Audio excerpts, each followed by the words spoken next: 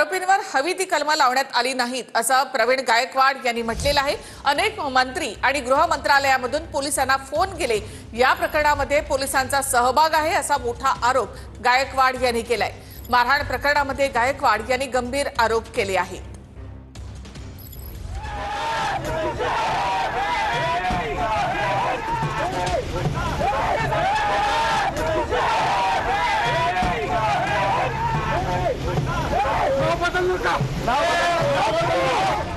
संभाजी ब्रिगेडच्या प्रवीण गायकवाडांवर झालेल्या हल्ल्याचे पडसाद विधानसभेतही उमटलेत। हल्ल्याचा मुद्दा वडेट्टीवारांनी उचलला आणि यावर फडणवीसांनी कारवाईचंही आश्वासन दिलंय। या प्रकरणामध्ये हे जे काही दोषी आहेत त्या सर्वांवर कडक कारवाई झाली पाहिजे। अटक केली पण त्यांचा उद्देश त्यांना मारून टाकण्याचा होता, खून करण्याचा होता। जे काही आरोपी आहेत त्यांना अटक करण्यात आलेली आहे। अद्यापही आरोपी पोलिसांच्याच ताब्यामध्ये आहे, कुठलेही त्यांना त्या ठिकाणी सोडण्यात आलेलं नाही। जी काही शिक्षा करावी लागते किंवा त्या संदर्भात जे काही कलम लावावे लागतात ते कलम लावून या संदर्भात योग्य ती कारवाई केली जाईल। हल्ल्याच्या निषेधार्थ पुण्यात मराठा सेवा संघ आणि संभाजी ब्रिगेडच्या पदाधिकाऱ्यांची बैठक झाली आणि या बैठकीतनं सरकारवर टीकेची झोड उठवण्यात आली। कालच्या प्रकरणानंतर त्यांनी दाखवून दिले की आम्ही आता तुमच्या बापालाही घाबरत नाही, कारण आता वर सत्ता आमची, खाली आमची सत्ता आहे। आता काय करायचं यावर बोलूयात आपण। संभाजी ब्रिगेडचे प्रदेशाध्यक्ष प्रवीण गायकवाड यांच्यावर शिवधर्म फाउंडेशनच्या कार्यकर्त्यांनी हल्ला केला। संभाजी ब्रिगेडच्या नावात छत्रपती संभाजी महाराजांचा एकेरी उल्लेख होत असल्याचा आरोप करत दीपक काटे आणि त्याच्या सहकाऱ्यांनी हा हल्ला केला।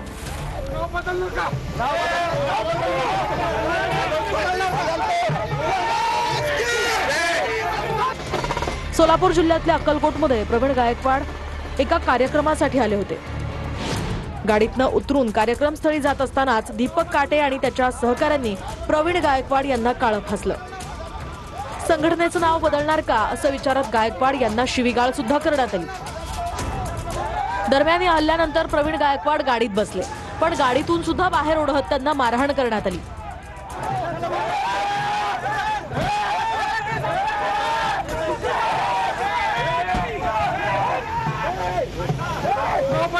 प्रवीण गायकवाडांचा बचाव करण्यासाठी आलेल्या व्यक्तीला सुद्धा दीपक काटेच्या सहकाऱ्यांनी मारहाण केली।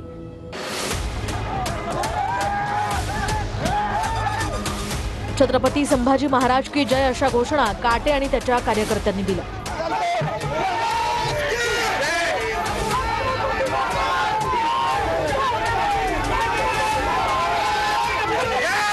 कालची जी घटना झालेली आहे, घटनास्थळावरून 2 आरोपींना तात्काळ पोलिसांनी ताब्यात घेतलेलं होतं। गुन्हा दाखल झाल्यानंतर जो गुन्हा जामीनपात्र असल्यामुळं ताब्यात घेतलेल्या आरोपींना अटक न करता त्यांच्यावर प्रतिबंधात्मक कारवाई करत आहोत। तर आपल्याला फक्त काळं फासण्याचाच नव्हे तर जीवे मारण्याचाही प्लॅन होता असा आरोप यावर प्रवीण गायकवाड यांनी केलाय। माझा हत्या करण्यामागचा त्यांचा हेतू होता, कारण मी ज्यावेळेस तिथं होतो माझ्या कार्यकर्त्यांनी मला वाचवलं। मी गाडीत गेल्यानंतर सुद्धा तो गाडीत घुसला होता, मला मारण्याचा प्रयत्न केला। पोलिसांना माहिती होतं का? 2-3 दिवसापासून पोलिसांना माहिती होतं। आरोपी तिथं 2-3 दिवस वास्तव्याला होते, सोलापूरला जाऊन येऊन होते। याचा अर्थ सरकार पुरस्कृत आहे, याला पूर्णपणे सरकार जबाबदार आहे। ही शेवटाची सुरुवात आहे एवढं मी निश्चित सांगतो।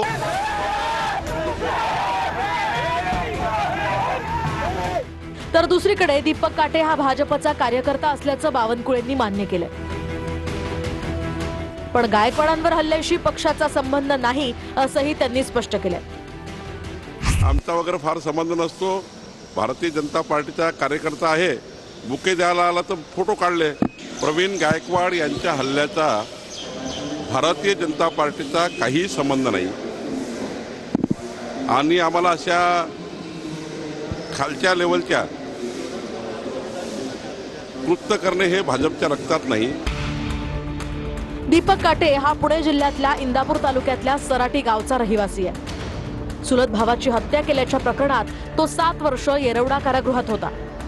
कारागृहातून बाहेर आल्यानंतर तो सध्या इंदापूर शहरात भाड्याच्या खोलीत राहतो। दीपक काटेला पिस्तूल आणि काडतुसं बाळगल्याप्रकरणी सुद्धा पुणे विमानतळावर अटक झाली होती। दीपक काटेनं स्वतःच्या फेसबुक पेजवर भाजपचा पदाधिकारी असल्याचं लिहिलंय। तर 2022 मध्ये दीपक काटेनं भाजपात प्रवेश केला होता। भाजपच्या अनेक नेत्यांसोबतही त्याचे फोटो आहेत। संभाजी भिडेंसोबतचेही त्याचे व्हिडिओ सोशल मीडियावर व्हायरल झालेत.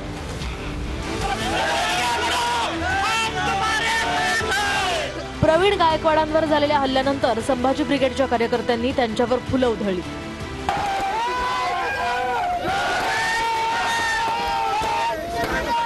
प्रवीण गायकवाड यांना दुग्धाभिषेक सुद्धा घालण्यात आला.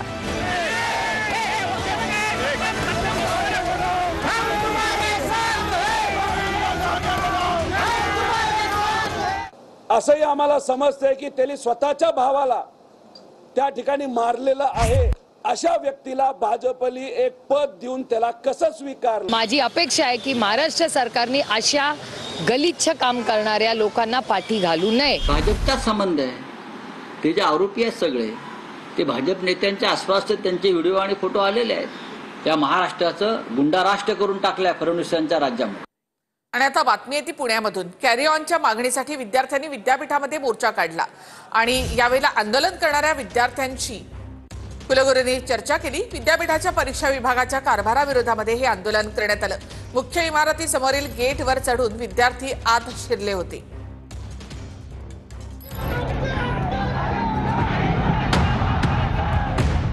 पुणे विद्यापीठात विद्यार्थी काँग्रेसचा राडा.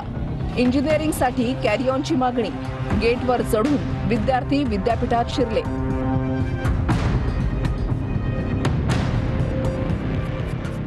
पुणे विद्यापीठात विद्यार्थी काँग्रेसनं राडा केला.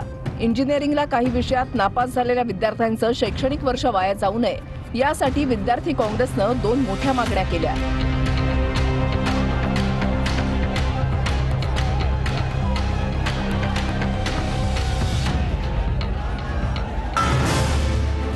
सप्लिमेंटरी एक्झाम आणि कॅरी ऑन लागू करण्यात यावा यासाठी विद्यार्थी काँग्रेसचे कार्यकर्ते विद्यापीठात गेले होते. यावेळेला मुख्य इमारतीच्या गेटवर चढून विद्यार्थी आतमध्ये शिरले. कुलगुरूंनी आमच्याशी चर्चा करावी अशी मागणी विद्यार्थ्यांनी केली.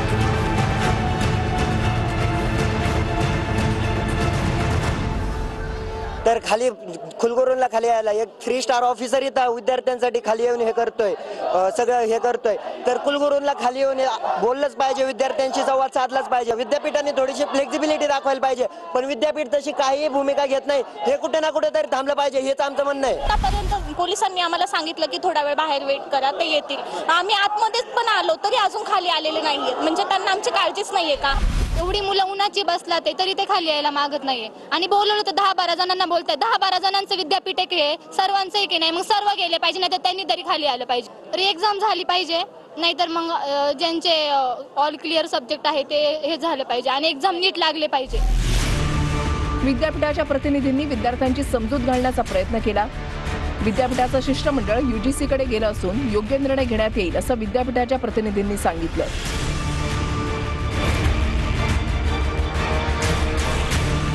विद्यापीठानं दिलेल्या आश्वासनानंतर विद्यार्थी काँग्रेसनं 2 दिवसांसाठी आंदोलन स्थगित केलंय. तर विधानसभेमध्ये अनिल परब यांनी संजय शिरसाट आणि संजय गायकवाडांवरून टोलेबाजी केली. मंत्र्यांच्या बेडरूमचे व्हिडिओ बाहेर येत आहेत. राज्यातले मंत्री सुरक्षित नाहीत, सुरक्षा यंत्रणा पोखरली गेली आहे असा टोला त्यांनी लगावलाय. व्हिडिओ खरे आहेत का त्याचीही SIT चौकशी करा अशी मागणी त्यांनी केली. ही चड्डी बनियन गँग किंवा चड्डी टॉवेल गँग चे व्हिडिओ महाराष्ट्रात फिरतायत आणि या गँगचे व्हिडिओ एखाद्या मंत्र्याच्या बेडरूम मध्ये असलेले व्हिडिओ बाहेर येत आहेत. अहो, सरकारतर्फे 2-2 कपडे तर द्या, सगळे उघडे फिरतायत. काय चाललंय? उघडे नागडे फिरतायत मंत्री. नाही, पण बेडरूम मधला व्हिडिओ आला कसा बाहेर? बेडरूम मधले व्हिडिओ बाहेर येत आहेत याचा अर्थ मंत्री सुरक्षित नाहीये. मी बेडरूम मध्ये सूट घालून झोपा असं सांगितलेलंच नाहीये. माझं म्हणणं असं आहे, बेडरूम पर्यंत तुमची यंत्रणा पोखरली गेली आहे. डिजिटलायझेशन फ्रॉड हा जो आहे हा मंत्र्याच्या घरापर्यंत गेलेला आहे आणि त्याच्यामुळे मंत्री जर सुरक्षित नसतील तर सर्वसामान्य माणूस काय सुरक्षित राहील? म्हणून याची उच्चस्तरीय चौकशी लावून तो आलेला व्हिडिओ खरा आहे का खोटा आहे त्याच्यासाठी फॉरेन्सिक कडे पाठवा, त्याच्यावरती SIT देवा. पहिले मंत्र्याला सुरक्षा द्या आणि नंतर जनतेला सुरक्षा द्या. तर मुख्यमंत्री चड्डी बनियान गँग सोबत बसलेत अशी टीका आदित्य ठाकरेंनी केली. चड्डी बनियान गँग बुक्का मारतं, कठोर कारवाई गरजेची आहे असं आदित्य ठाकरेंनी म्हटलं आहे. आदित्य ठाकरे यांनी संजय गायकवाड आणि संजय शिरसाट यांचंही नाव न घेता टीका केली आहे. तर नेमकं कुणाबद्दल बोलता हिम्मत असेल तर नाव सांगा, असं निलेश राणेंनी म्हटलंय. तर आदित्य ठाकरे यांनी कारवाई होत नाही याकडे लक्ष वेधलेलं आहे. तर आदित्य ठाकरे यांनी संजय गायकवाड आणि संजय शिरसाट यांचं नाव सुद्धा घेतलं नाही. मात्र नेमकं कुणाबद्दल बोलता हिम्मत असेल तर नाव घ्या, असं निलेश राणे यांनी म्हटलंय. मी माझी सहानुभूती मुख्यमंत्री महोदयांबरोबर आहे. त्यांचं युती धर्म त्यांना पाळणं गरजेचं आहे की ज्या लोकांसोबत ते बसलेत, जे बाकीच्या गटांमध्ये आहेत, चड्डी बनियन गँग, ते काय करतात त्याच्यात एक गोष्टी आहे. त्याच्यात काही केलं त्या चड्डी बनियन गँगने, कुठे जाऊन बुक्का मारतात, कुठे जाऊन काही करतात. तर काय करतात ते मग येऊन, कारण त्यांच्यावर कारवाई तर होत नाही, ते काय बोलतात, मुख्यमंत्री महोदय येऊन सांगतात की पहली गल है की सारी गलती मेरी नहीं, चल जी है वी तो क्या मैं तेरी नहीं. आणि मग मुख्यमंत्री कारवाई करू शकत नाहीत. आणि जे काही हे चड्डी बनियन गँगचं चालू आहे त्याच्यावर कठोर कारवाई होणं गरजेचं आहे. आणि शासन काय असतं, जनतेसाठी काय चालतं, कसं चालतं, हे त्यांनी दाखवणं गरजेचं आहे. हे जे काही शब्द वापरलेत, नेमकं कोणावर कारवाई व्हावी, नेमकं त्यांची चड्डी कोण, त्यांची बनियान कोण, हे एकदा त्यांनी सांगावं ना. जर एवढी भीती वाटत असेल बोलायला तर सभागृहामध्ये असे शब्द वापरू नका. रुलिंग मधून शब्द यात काढून टाकावं, यात त्यांनी स्पष्ट करावं. हिम्मत असेल तर नेमकं ते कोणाबद्दल बोलत होते एकदा स्पष्ट करावं सभागृहामध्ये. बघूया हिम्मत. तर जयंत पाटलांनी प्रदेशाध्यक्ष पदाचा राजीनामा दिलेला नाही. जयंत पाटलांचा राजीनामा वाचला नाही, पाहिला नाही, ऐकला नाही, असं सुप्रिया सुळे यांनी म्हटलं. पवारांच्या राष्ट्रवादीच्या कार्याध्यक्ष सुप्रिया सुळे यांनी ही माहिती दिली आहे. मी राजीनामा वाचलेला पण नाही, पाहिलेला नाही. माझ्या कानावर त्यांनी राजीनामा दिला अशी बातमी आलेली नाही. अद्याप राजीनामा दिलेला नाही त्यांनी. अर्थातच नाही. मी पाहिला असताना आला असता तर. तुम्ही पाहिला आणि मी नाही पाहिला असं कसं होईल? दिला नाहीये. नाही, अर्थातच नाही. एका राजकीय पक्ष किंवा संघटनेमध्ये जी जबाबदारी पडेल तिथे प्रत्येक कार्यकर्ता काम करायला तयारच असतो. आणि त्यातून आदरणीय जयंत पाटील असतील, जितेंद्र आव्हाड असतील किंवा शशिकांत शिंदेजी असतील, हे सगळे संघर्षवाले. पूर्ण ताकदीने किती ही आव्हानं आली ना तर काही लोक असे असतात जे संघर्ष करायला तयार असतात. त्याच्यामुळे त्यांनी संघर्ष कालही केला, आजही करतील आणि उद्याही करतील. तर विधानसभेत देवेंद्र फडणवीसांनी जयंत पाटलांना टोला लगावलाय. अलीकडच्या काळामध्ये जयंत पाटलांना मोदींच्या योजना आवडतात असं फडणवीस म्हणाले. मोदींच्या योजना लागू करा हा जयंत पाटलांचा आग्रह स्वागतार्ह असल्याचं फडणवीसांनी म्हटलं. यावर मोदींचं स्वप्न डीबीटी सुरू करण्याचं, पण महाराष्ट्रामध्ये एजंटचा सुळसुळाट असल्याचं जयंत पाटील यांनी म्हटलंय. माननीय मुख्यमंत्र्यांना माझी विनंती आहे की मोदी साहेबांचं स्वप्न आहे की डीबीटी सुरू व्हावी. ती ह्या योजनेत सुरू करणार का? आणि सगळ्यात महत्त्वाचा प्रश्न म्हणजे हा जो महाराष्ट्रभर एजंट सुरू झाले आहेत, एजंट म्हणजे काही एवढ्या मोठ्या प्रमाणात मुख्यमंत्री महोदय एजंट सुरू झाले आहेत की त्याचा काही विश्वासच बसणार नाही आपल्याला. आणि त्यामुळं भांडी वाटप करण्याच्या पेट्या वगैरे वाटणं हा अध्यक्ष महोदय हेतू मंडळाचा नाही. त्यामुळं आपण त्याच्यात इंटरव्हीन करून हा निर्णय घ्याल काय? मला या गोष्टीचं समाधान आहे की अलीकडच्या काळामध्ये जयंत पाटलांना मोदी साहेबांच्या सगळ्या योजना आवडायला लागलेल्या आहेत. आणि मोदी साहेबांच्या योजना लागू करा असा जयंत पाटलांचा आग्रह हा देखील मला अतिशय स्वागतार्ह वाटतो. या प्रस्तुत प्रकरणामध्ये कामगारांच्या हिताचं काय आहे ते बघण्यात येईल.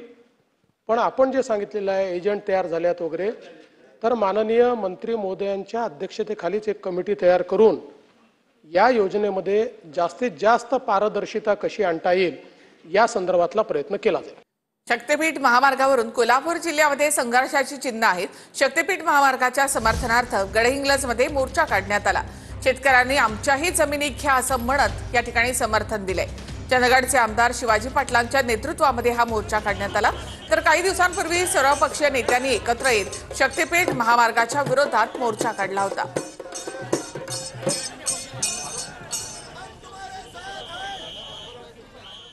ठाकरे बंधूंच्या युतीबद्दल अद्यापही संभ्रम कायम आहे. मनसेची एकट्यानं लढण्याची तयारी आहे असं बाळा नांदगावकर यांनी म्हटलं. ठाकरे बंधू एकत्र यावेत ही महाराष्ट्राच्या जनतेची इच्छा असल्याचं संजय राऊत यांनी परत एकदा म्हटलंय. आजपासून इगतपुरीमध्ये राज ठाकरेंच्या उपस्थितीमध्ये पदाधिकाऱ्यांचं शिबिर होतंय.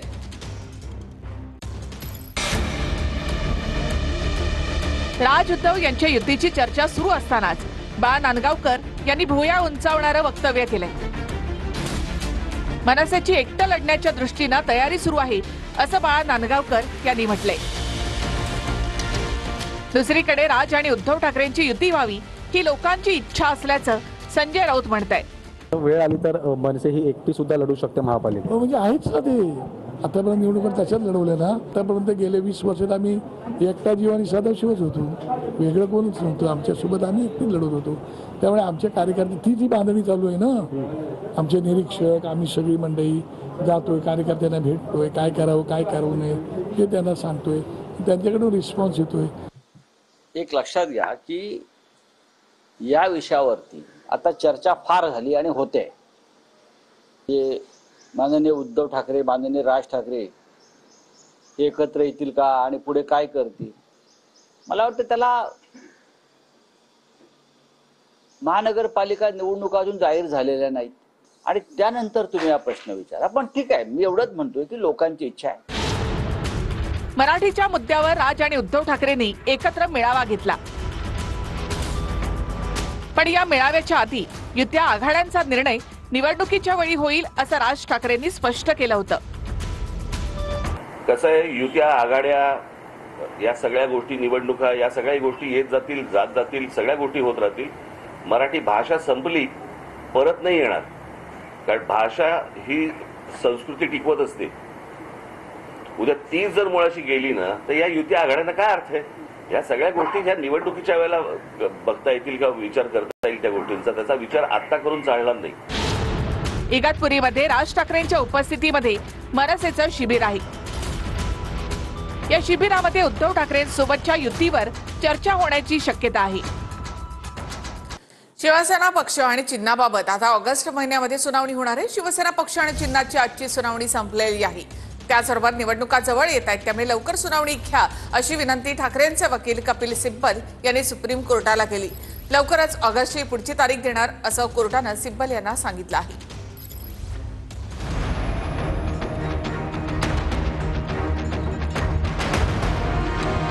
सुप्रीम कोर्टात ऑगस्ट महिन्यात शिवसेना पक्ष आणि चिन्हाची सुनावणी होणार आहे. स्थानिक स्वराज्य संस्थांच्या निवडणुकींच्या आधीच तात्काळ सुनावणी घेण्याची मागणी ठाकरेंच्या शिवसेनेचे वकील कपिल सिब्बल यांनी केली. मात्र सुप्रीम कोर्टानं ऑगस्ट महिन्यात सुनावणी घेण्याचं निश्चित केलं. 2 वर्ष झालेले आहेत आणि आता आम्हाला ह्याचा सोक्षमोक्ष करावा लागेल कधी ना कधी. तर ऑगस्टची डेट आम्ही तुम्हाला 2 ते 3 दिवसात कळू आणि अशी तारीख देऊ ज्या तारखेला हे मॅटर ऐकलं जाईल. सुप्रीम कोर्टात पक्ष, चिन्ह आणि अपात्रतेच्या निर्णयावर ही सुनावणी होणार आहे. विधानसभा अध्यक्ष राहुल नार्वेकरांनी दिलेल्या निकालाच्या विरोधात ठाकरेंच्या शिवसेनेनं याचिका दाखल केली आहे. यावरही ऑगस्ट महिन्यात सुनावणी होणार आहे. ऑगस्ट महिन्यातली सुनावणी नियमित होणार की टप्प्याटप्प्यानं याची माहिती आता लवकरच मिळणार आहे. जर ऑगस्टमध्ये सुनावणी झाली मुख्य मॅटरवर, जसं सुप्रीम कोर्टाने आज सांगितलं आहे, तर सप्टेंबर ऑक्टोबर पर्यंत किंवा फार तर फार नोव्हेंबर पर्यंत निकाल येणं अपेक्षित आहे. ऑगस्ट महिन्यात सुनावणी सुरू झाल्यास जवळपास 3 महिन्यांच्या आत शिवसेना पक्ष, चिन्ह आणि अपात्रतेवर अंतिम निर्णय येण्याची शक्यता आहे. त्याआधी स्थानिक स्वराज्य संस्थांच्या निवडणुका झाल्या तर सध्या असलेल्या चिन्हावरच निवडणुका लढवण्यात येतील. ऑगस्टमध्ये निकाल देणार असतील तर नक्कीच एक समाधानकारक गोष्ट आहे आणि शेवटची एक आशा आमची सर्वोच्च न्यायालयाची आहे, जिथे ह्या चोरीच्या प्रकरणाचा न्यायनिवाडा होईल. कारण आज जे आमचं चिन्ह चोरले गेले, मी नेहमी सांगतो की कदाचित किंवा आहे निवडणूक आयोगाला निवडणुकीचं चिन्ह देण्याचा अधिकार आहे, मात्र पक्षाचं नाव बदलण्याचा अधिकार नाही. तो निवडणुकी आयोगाचा अधिकार नक्कीच नाही आहे. कोणाचं नाव उचलून दुसऱ्याला द्यायचं हा निवडणूक आयोगाचा अधिकार नाहीच आहे, असूच शकत नाही आणि तो आम्ही मान्य करत नाही.